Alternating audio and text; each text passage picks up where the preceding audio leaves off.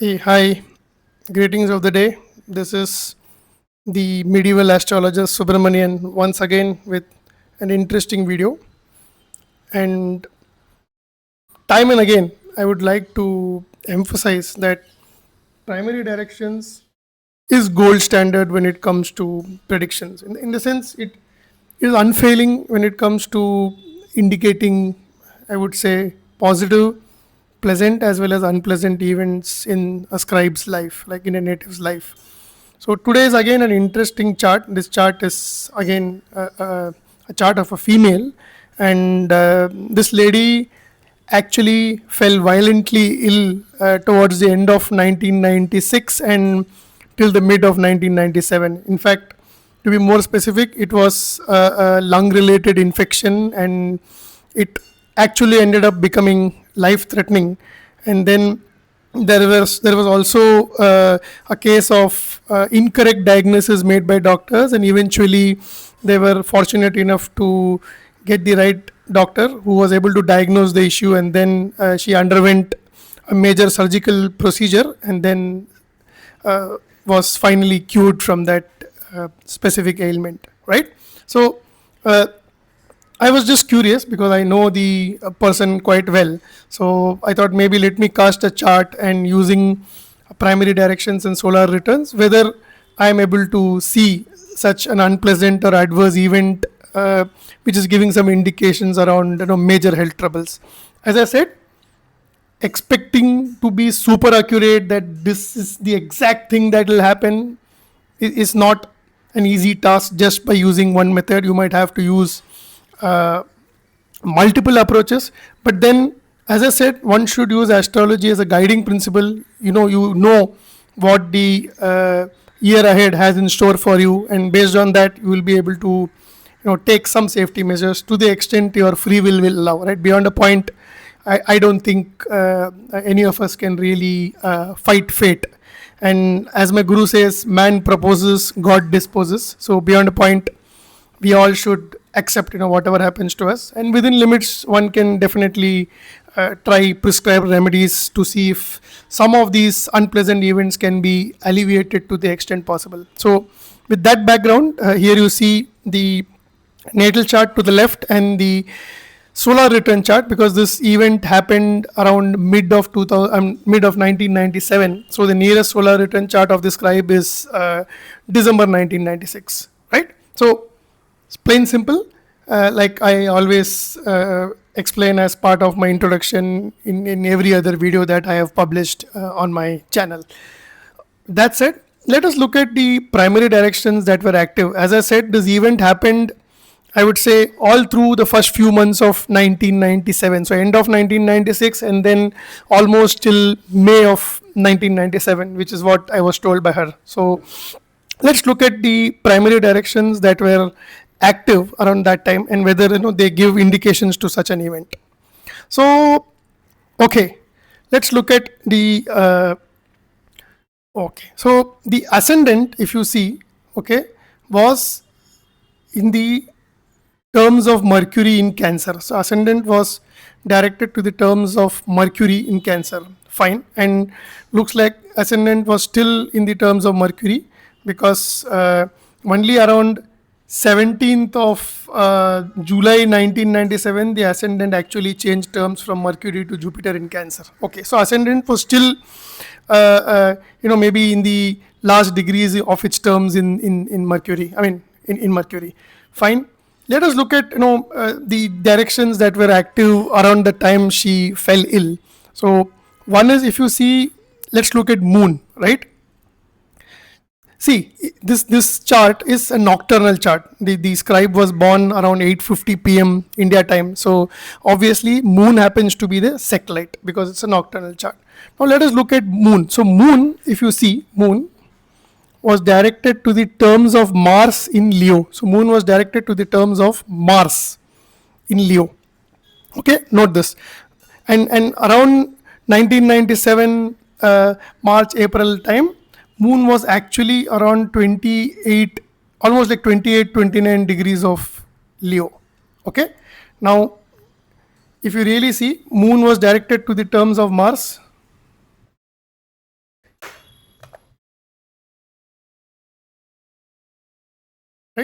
So let us look at moon directed to the terms of Mars in Leo. So this is Leo. When we look at Egyptian terms, moon was actually in the 24 to 30 degree band, the last 6 degrees, right? And as I said, I calculated the exact near about position of moon around the time the surgery and all those issues happened. Moon was almost like 28 degrees, 29 degrees of Leo, almost 29 degrees of Leo, 28 to 29 degrees of Leo. Okay, so that was the position of the directed moon. So the moon was directed to the terms of Mars in Leo, and that was around 29 degrees, roughly 29 degrees of Leo. So if I mark that position here, okay, 29 degrees of Leo, it is almost like if you see moon was conjunct. So this is the directed moon. Directed moon. So the directed moon was actually conjunct malefic Mars, right? Are you getting it? The directed moon was conjunct malefic Mars. So as I said, Mars again deals with any kind of surgery, blood related stuff. And as I said, the issue was tuberculosis, right? Okay, now when this happened, right, in 1996, right? So she was born in 1984. So if I do 1996 minus 1984, okay. So she was actually running her 13th year. So she had completed 12 years and she was running her 13th year, which basically means the profession again comes back to Cancer. Remember, 1, 13, 25, 37 again comes back to the ascendant after completing a full cycle. So the perfected ascendant comes back to the natal ascendant, and in that particular year, right, moon happens to be the year lord, right, because the perfected ascendant comes back to Cancer, so moon happens to be the lord of the year. And now where is moon? Moon being the lord of the year, moon being the ascendant lord. In the revolution chart, moon is in the 6th house, right? Moon is in the 6th house, and moon is also in detriment, if at all you want to consider detriment as one of the essential dignities. My guru doesn't give a lot of emphasis to detriment, but yes, moon is in the 6th house and it is in detriment, right? So 6th house, moon is the first lord, the ascendant lord is in the 6th house of illness, hospitalization, and all that stuff, hospitalization, illness and everything, right? Also the directed moon is conjunct with Mars, which is again a malefic, right? Now let's look at the other directions that are prevalent, right? Also, if you see, the moon is directed to a sextile of Saturn, which means Saturn is an important chronocrater. Moon is directed to a sextile of Saturn, right? Also, if you see, the most active primary direction is the ascendant in 1994 was conversely directed to a trine of Saturn. So again, moon directed to a sextile of Saturn, ascendant directed to a trine of Saturn. So there is a Saturnian influence, and Saturn becomes an important chronocrater. It becomes a promiser, right? When I say chronocrater means time lord, like a dasha equivalent. So Saturn becomes a very important planet that needs to be assessed, right? Now let us look at Saturn. Saturn is in the 8th house of the solar return chart, and Saturn is contrary to the sect. This is a nocturnal chart. So Saturn in the 8th house of the solar return chart, right? In the natal chart, Saturn is again the 8th lord, and 8th lord present in the 4th house, and 4th house is also your respiratory system, lungs and all that stuff, right? So if you see 8th lord Saturn in the 4th house in the natal chart, And the same Saturn, being an important promiser, is also in the 8th house of the solar return chart. So obviously it shows something 8th house related stuff, which is also like, something which is life threatening, right? So also Saturn, if you see, is very, very close to the south node, and south node again is first grade malefic. At least in the Indic astrology, south node is, I mean, both north node and south node are considered very, very, harmful and problematic in most cases. So Saturn in the 8th house, Saturn conjoined south node, which is also called Ketu, right? And I mean, another thing is the Saturn, if you see in the natal chart, Saturn is also squaring Mars. You see, Mars is 28 degrees, Saturn is 29 degrees. So Mars is actually applying to Saturn by a square aspect, which is again, I mean, an unpleasant aspect, and that too unpleasant aspect between two infortunes, right? So this is what I wanted to explain, how beautifully, the primary directions is able to predict that, this is going to be a troublesome period for the native. There is so much of Martian influence, and especially, the eye opener is Saturn, because Saturn, being the promiser, is in the 4th house. Saturn in the solar revolution chart is in the 8th house. Saturn is pretty much, co-present with the south node. In the natal chart, the same Saturn is in the 4th house and getting and applying square aspect from Mars, right? So all these factors definitely indicate that native must have had an, a really a troublesome kind of situation, right? So anything else? As I said, I normally do charts on the fly.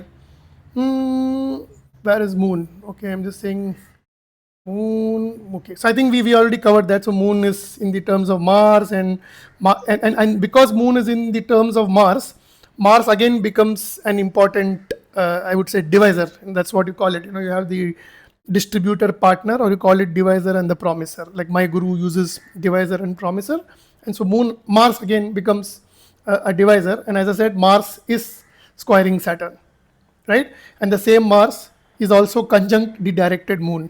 So I think there are enough testimonies that this is going to be a troublesome period. And remember, the revolution Mars conjunct directed moon. Remember, moon is also the significator of body, right? And moon also happens to be the first lord or the ascendant lord of the native. So first lord is again body. So obviously, malefic Mars conjunct the directed moon, and malefic Mars also making a square aspect with Saturn. So all of that is definitely going to be problematic for the native. So I hope you liked the analysis and how primary direction consistently is able to predict the broad themes that are possible in a given year. So obviously, on top of this, you can use any other system. If you want, you can use zodiacal releasing. If you want, you can use the dasha systems. You can use Gemini. I mean, you can always top it up with any other method that you use. But and of course, finally, you will also have transits that come into play. But when it comes to predictive hierarchy, directions top the list. Then comes profections. Then comes solar returns, and finally come transit. Right. And remember, Saturn is also the profected 6th lord, because in this case, the ascendant is Cancer. So remember, when we say profection, we are always analyzing it from a whole sign house system. So if Cancer is the profected sign, 4, 5, 6, 7, 8, 9, 10, 11. Sorry. So Saturn is the profected 8th house lord. And again, Saturn being the profected 8th lord is in the 8th house of the solar return chart. The profected 8th house lord is in the 4th house of the natal chart. So there is a lot of 4, 8, 6 kind of configuration that we are able to see. So I would just encourage you to think around these lines. Do not ignore the perfected chart, and this way you have a composite system where you have the natal chart, the solar return chart, and then you also use perfections, which again is Prigu Chakra Paddhati, which what all the the Indian astrologers call. At the end of the day, it's the same thing, but how to use it is something that I'm trying to reveal here. So with that, I would like to sign off, and I hope you liked the video. Continue to have a good weekend. Stay smart. Bye bye. This is Subramanian Balagopalan signing off.